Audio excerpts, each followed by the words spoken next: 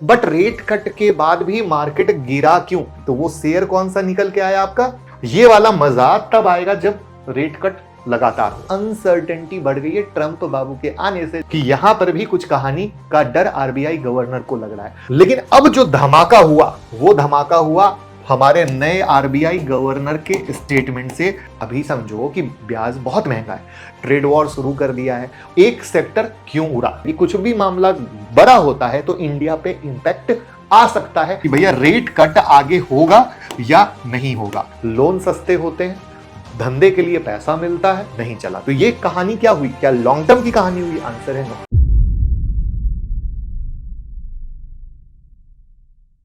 Hello everyone, कैसे हैं आप सब और क्या हाल समाचार हैं आपके? सब लोग परेशान हैं कि भैया आरबीआई ने 5 साल के बाद रेट कट भी कर दिया। To reduce the policy rate by 25 basis points from 6.5% to 6.25%. और रेट कट से मार्केट को ऊपर भी जाना चाहिए था, बट रेट कट के बाद भी मार्केट गिरा क्यों? जहां पे ये तो अच्छी बात है कि गिरने के बाद भी मार्केट थोड़ा सा नीचे रिकवर किया है, वरना कुछ देर पहले तक मार्केट बड़ा ही भयावह दिख रहा था। तो आखिर क्या है कहानी?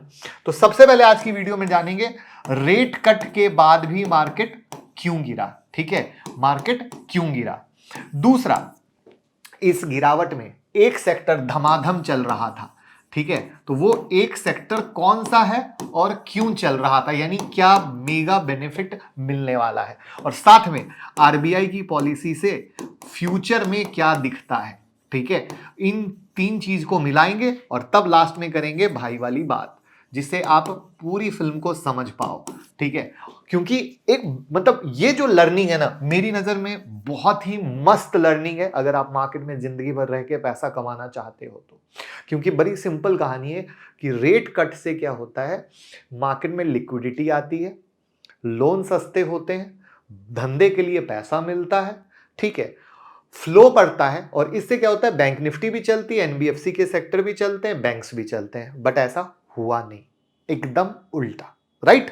तो चलिए शुरू करते हैं। लेकिन पहली बार आए तो चैनल को सब्सक्राइब कर लीजिए, बेल आइकॉन हिट कर लीजिए, जिससे आपको सारी अपडेट मिलती रहे।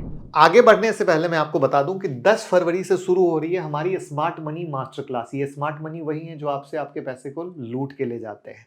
तो स्मार्ट मनी कैसे इंट्राडे स्विंग पोजिशनल ट्रेड करता है, उसकी क्या सोच है, उसको हम सिखाएंगे, जिससे आप उनसे टक्कर ले सको। और साथ में महा बेनिफिट ये है कि हम आपको जो यू टर्न ट्रेडिंग स्ट्रेटजी सिखाए थे ना, उसका स्क्रीनर अब रेडी हो चुका है। तो जो लोग यहाँ ज्वाइन करेंगे उनको वो स्क्रीनर भी देंगे और साथ में आपको क्रिप्टो स्ट्रेटजी भी देंगे। तो वो सिर्फ इस बैच के लोगों को मिलने वाला है, एक कंप्लीट कॉम्बो ऑफर के तौर पे। तो मौका जाने मत दीजिए, कॉल कीजिए, सीट बुक कीजिए। लिमिटेड सीट होती है क्योंकि हमें सारी सुविधा, सारी फैसिलिटी देनी पड़ती है, जिससे कि एक आप सच में सच्चे और अच्छे ट्रेडर बनकर मार्केट में आगे बढ़ सको। तो अभी कॉल करके सीट बुक कर लीजिए। तो देखिए, आरबीआई जब रेपो रेट कम करता है तो उसका सीधा इंपैक्ट या मेजर इंपैक्ट कुछ जगहों पे पड़ता है। जैसे बिजनेस के लिए इन्वेस्टमेंट की जो जरूरत होती है, पैसे की जरूरत होती है, तो वो क्या होता है, लोन सस्ते में मिलता है। पब्लिक के लिए home loan, car loan, personal loan जैसी चीजें सस्ती हो जाती हैं। ठीक है, और स्टॉक मार्केट में एक पॉजिटिव सेंटिमेंट क्रिएट होता है। तो ये एक व्यू बनता है जो एक्चुअली बना नहीं। लेकिन अब जो धमाका हुआ वो धमाका हुआ हमारे नए आरबीआई गवर्नर के स्टेटमेंट से। सारा खेल यहां पे छुपा था और इसीलिए मैं हमेशा सिखाता हूं, read between the lines. Headline पे कभी ना जाए। किसी की वीडियो भी देखते हैं ना, लास्ट तक देखकर समरी समझें। तो अब रीड बिटवीन द लाइन क्या थी, आपको पता है, ग्लोबल लेवल पर अनसर्टेनिटी चल रही है और ये अनसर्टेनिटी बढ़ गई है ट्रंप बाबू के आने से, जो हर दिन एक नया धमाका बम फोड़ते जा रहे हैं। ट्रेड वॉर शुरू कर दिया है और आपको पता है 2018-19 में ट्रेड वॉर मोटा मोटा 1.5-2 साल तक चला था और जिसका इंपैक्ट बहुत अच्छे तरीके से आया था। अच्छे तरीके से मतलब बिजनेस पर बैड इंपैक्ट के तौर पे। तो सेम कहानी है कि यहां पर भी कुछ कहानी का डर आरबीआई गवर्नर को लग रहा है, प्लस वॉर की कहानी, कभी ये कभी वो। तो वो सारा जो अनसर्टेनिटी है, तो इनको ये लगता है कि भैया इंडिया भी ये ग्लोबल अनसर्टेनिटी से बचा नहीं है। इसका अर्थ क्या है कि कुछ भी मामला बड़ा होता है तो इंडिया पे इंपैक्ट आ सकता है, इसको इग्नोर नहीं किया जा सकता है। साथ में लोगों को यह उम्मीद थी कि ये जो रेट कट शुरू हुआ है अब आगे चलता रहेगा, बट अगेन इसके बारे में कहीं कोई स्टेटमेंट नहीं था, बल्कि बात इस तरीके से लग रही थी कि भैया इस बार तो कर दिए हैं, लेकिन आगे करेंगे नहीं करेंगे उम्मीद नहीं है, उम्मीद पाल के मत चलो। तो वो क्या हुआ, क्योंकि अब अभी समझो कि ब्याज बहुत महंगा है, एक रेट कट से क्या हो जाएगा, 2-4 रेट कट घटेगा तब ना लोन और सस्ता होगा, तो उस उम्मीद पर भी पानी फिर गया। ठीक है, ये था 2 पॉइंट। तो पहला क्या निकल के आया, पहला आया ग्लोबल, दूसरा क्या निकल के आया कि भैया रेट कट आगे होगा या नहीं होगा। अब इसमें तीसरा तड़का लगता है जो आपको पता है, वो है नया इनकम टैक्स का रूल जो मंडे को आना है। तो न्यू इनकम टैक्स का जो रूल आना है वो कैसे क्या होगा, किस तरीके से होगा, स्टॉक मार्केट पे क्या आएगा, उसका डर तो बैठा हुआ ही है। तभी तो अच्छा बजट होने के बाद भी जब निर्मला ताई ने बोला कि भैया हम अगले हफ्ते उसका अनाउंसमेंट करेंगे, तो वहां से तो मार्केट तभी से रुका पड़ा था। तो ये जो 3 पॉइंट मिल के आए आरबीआई स्टेटमेंट से, उससे मार्केट नहीं चला। तो ये कहानी क्या हुई, क्या लॉन्ग टर्म की कहानी हुई, आंसर है नो। ये हुई एक शॉर्ट टर्म की कहानी कि भैया इस तरीके से मामला है। तो आपको सबसे पहले रेट कट के बाद भी मार्केट क्यों गिरा, इसका आंसर मिल गया। अब हम बात करते हैं कि भैया एक सेक्टर क्यों उड़ा, राइट, क्यों, वो है मेटल स्टॉक। यानी मेटल स्टॉक की कहानी क्या है वो समझिएगा।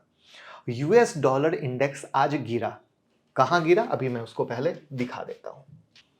अब आप देख लो ये कहां ऊपर गया था और कहां गिर के नीचे में है। तो ये जो गिरा हुआ है इससे क्या हुआ कि मेटल स्टॉक बुलिश हुआ। अब आप कहोगे कैसे, तो जब इसमें गिरावट होती है तो मेटल्स ग्लोबली सस्ते हो जाते हैं, क्योंकि खरीदने के लिए डॉलर में पेमेंट देनी पड़ती है। तो डॉलर गिर गया तो वो सस्ते हुए ना, तो हाईयर डिमांड निकल के आती है, तो मेटल के प्राइस में तेजी बनती है। और कमजोर यूएसडी फॉरेन इन्वेस्टमेंट को अट्रैक्ट करता है कमोडिटीज में और इमर्जिंग मार्केट में। अब यहां पर दूसरा तड़का क्या लगा, इंटरेस्ट रेट कट का।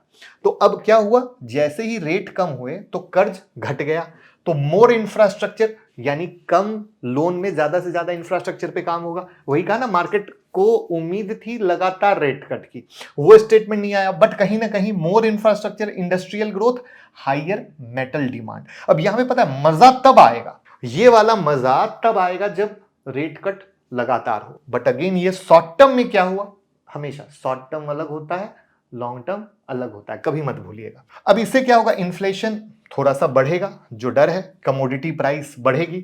अब समझ रहे हो, मार्केट को इन्फ्लेशन का भी डर है। तो अब इससे इन्फ्लेशन कैसे बढ़ेगा, अब आप इससे रिलेट कर पा रहे हो कि कमोडिटी के प्राइस बढ़ेंगे तो महंगाई बढ़ सकती है। तो अब दोनों मिलकर किस तरीके से हुआ कि मार्केट में तो लिक्विडिटी आएगी ही ड्यू टू रेट कट, तो वो कहां जाएगी, मेटल और इमर्जिंग मार्केट में जाएगी। तो मेटल प्रोड्यूसर को बेनिफिट मिलेगा लोअर इंटरेस्ट रेट से, और जिसके कारण क्या हुआ, आज मेटल स्टॉक में तेजी हुई। तो वो शेयर कौन सा निकल के आया आपका, वो निकल के आया मेटल स्टॉक। तो आप मेटल सेक्टर की तरफ जब नजर डालोगे तो उसमें ब्रेकआउट्स हुए हैं, जिस पर आप पूरा फायदा आने वाले टाइम में ले सकते हो। यानी आपकी क्या नजर होगी, डॉलर इंडेक्स गिर रहा है और साथ में मेटल चल रहा है, तो ये आपको एक अनदर लेवल पे फायदा देगा। और साथ में चाइना के यहां भी जो इंफ्रा की डिमांड है वो भी निकल के आ रही है, तो वो आपके लिए सेक्टर की नजर रहेगी। बाकी अब आरबीआई के रेट कट से तो आप समझ ही चुके हो कि अगर लॉन्ग टर्म हम देखें तो बैंक और एनबीएफसी को फायदा होगा। समझ में आया, तो एक इधर से एक इधर से ये कहानी निकल के आई। तो अब हम करते हैं फाइनल समरी भाई वाली बात। समरी समझिए, सबसे पहले आरबीआई का रेट कट हुआ, लेकिन रेट कट से मार्केट क्यों गिरा, उसका आंसर है आरबीआई का स्टेटमेंट, जहां पर ग्लोबल कंसर्न, आगे रेट कट होगा नहीं होगा पिक्चर क्लियर नहीं है, और साथ में न्यू इनकम टैक्स का क्या होगा नहीं होगा, मार्केट को डर बैठा हुआ है। जिस सेक्टर को फायदा होगा उसमें मेटल सेक्टर, जो आपने आज देखा नेगेटिव मार्केट में भी थे, बैंक और एनबीएफसी की कहानी है। ठीक है, अब इस पूरी फिल्म को अगर हम मिलाएं तो ये सब जो एक इवेंट था निपट गया, अगला इवेंट आपके सामने खड़ा है, सोमवार को पता चलेगा क्या, इनकम टैक्स वाला। तो लोग पोजीशन को घर लेकर नहीं गए ना भैया, हम हल्का हाथ जाते हैं, निर्मला ताई का कोई भरोसा नहीं है, क्या करेंगी क्या नहीं करेंगे हमको कोई आइडिया नहीं।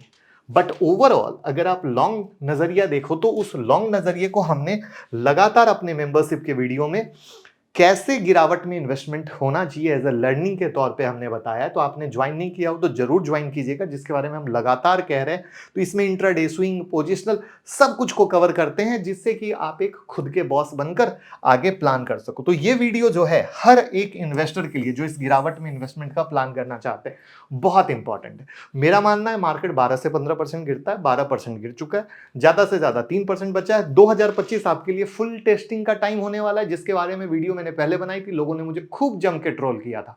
YouTube पे वीडियो अवेलेबल है, जरूर देखिएगा। जब मार्केट गिर गया तब लोगों को पता चला, अरे बाबा अग्रवाल जी तो सही बोलते हैं। क्योंकि क्या होता है, मार्केट उस समय बुल रन में था ना, तो बुल रन में तो बेवकूफ नजर आएगा कोई अगर बोलेगा मार्केट गिरेगा तो यही है मेरे काम की पहचान, जिसके कारण मैं कहता हूं कि अगर मेरे से सीखना है तो स्वागत है आपका।